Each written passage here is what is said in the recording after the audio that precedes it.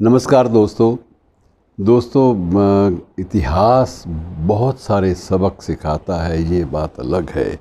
कि हम इतिहास से कुछ नहीं सीखते। ये हमारी प्रवृत्ति है। हम लोग मूल रूप से लोभ संवरण कर ही नहीं पाते, इतिहास से नहीं सीखते, जबकि इतिहास के सबक बड़े पुख्ता और ठोस होते हैं। ऐसा ही एक सबक पिछले दिनों एक इतिहास के संदर्भ पढ़ते पढ़ते दुर्गादास राठौर के बारे में सामने आया कि दुर्गादास राठौर की चर्चा हम लोग एक राष्ट्रभक्त वीर के रूप में करते हैं,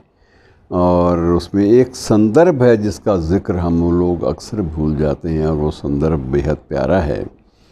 कि दुर्गादास किसी वक्त में दुर्गादास राठौर ने औरंगज़ेब के बेटे की मदद भी की थी। लेकिन औरंगज़ेब जब अपना जो विद्रोही एक शहज़ादा था, तो उसका विद्रोह जब काम नहीं आया तो उस वक्त कहीं उसने शरण ले ली और कोई चारा नहीं था। तो शरण ली तो उसके बाद वो एग्ज़ाइल में ही, अर्थात निर्वासन में ही 1704 ईस्वी में उसका देहांत हो गया। और 1704 ईस्वी में जब देहांत हुआ तो उसके बच्चे जो थे वो दुर्गादास राठौर के पास थे, विशेष रूप से एक पोती और एक पोता। और औरंगज़ेब को जब पता चला कि ये दोनों उसके कब्ज़े में हैं, तो उसने इस बात का प्रयास किया कि कम से कम मेरी जो अगली पीढ़ी है वो तो इन राजपूतों के कब्ज़े में न रहे। और उसने आग्रह किया, आग्रहपूर्वक एक याचना की शक्ल में एक आग्रह किया कि अगर ये मुझे मेरे पोता और पोती लौटा दिए जाएं तो मैं इसके बदले में कुछ ठोस रियायतें देने को भी तैयार हूँ।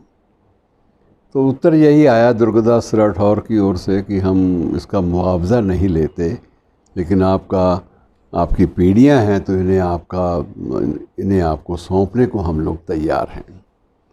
तो पोता और पोती दोनों ही औरंगज़ेब को सौंप दिए गए, और पोती जो थी वो 1694 में सौंपी गई, और 4 वर्ष के बाद पोता भी सौंप दिया गया। अब दोनों बच्चे जब औरंगज़ेब को सौंप दिए गए तो औरंगज़ेब के मन में था कि ये तो इतनी देर इनका लालन पालन राजपूतों ने किया है, तो इनको तो मुस्लिम कल्चर के बारे में पता ही नहीं है, इसलिए पहले इनका इस्लामीकरण करो, इनको शिक्षा दो इस्लाम की, कुरान शरीफ पढ़ाओ, और जितने भी मुस्लिम धर्म के रीति रिवाज हैं उनमें इनको पारंगत करो। शाही ख़ानदान से हैं, औरंगज़ेब के ख़ानदान से हैं। और जब मुल्ला मौलवियों ने जिनका दायित्व जिनको सौंपा गया था, उन्होंने जब रिपोर्ट दी कि महाराज ये तो पहले से ही पारंगत हैं, ये इस्लामी कानूनों को और कुरान शरीफ को आपसे भी ज़्यादा समझते हैं और उनको सब कुछ कंठस्थ है, और ये अब भी और तब जब राजपूतों के पास थे तब भी इन लोगों ने पूरी तरह से इस्लामी सिद्धांतों का पालन किया है,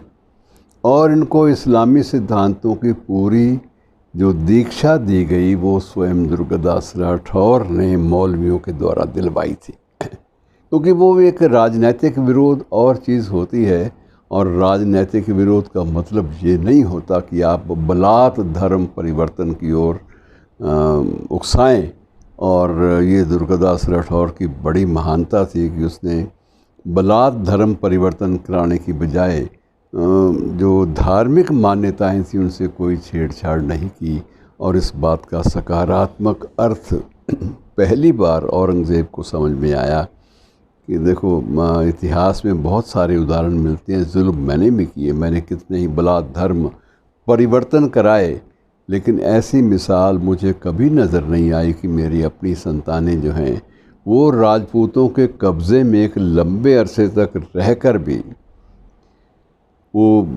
एक लंबे अरसे तक उनके अधिकार में रहकर भी वे धर्म के बारे में मुझसे भी ज़्यादा इस्लामी मान्यताओं में यकीन रखती हैं। और ये सारा का सारा प्रशिक्षण उनको देने का कार्य दुर्गादास राठौर ने किया है, और उसके बाद उसने दुर्गादास राठौर के प्रति कृतज्ञता का ज्ञापन भी किया, और उसको लगभग 3000 सैनिकों के पदभार को भी सौंपा। हालांकि बड़ी विनम्रता से दुर्गादास राठौर ने ये कोई भी भेंट स्वीकार करने से इनकार कर दिया, ये कहकर कि हम लोग अपनी आस्थाओं का मुआवजा नहीं लेते। शुक्रिया।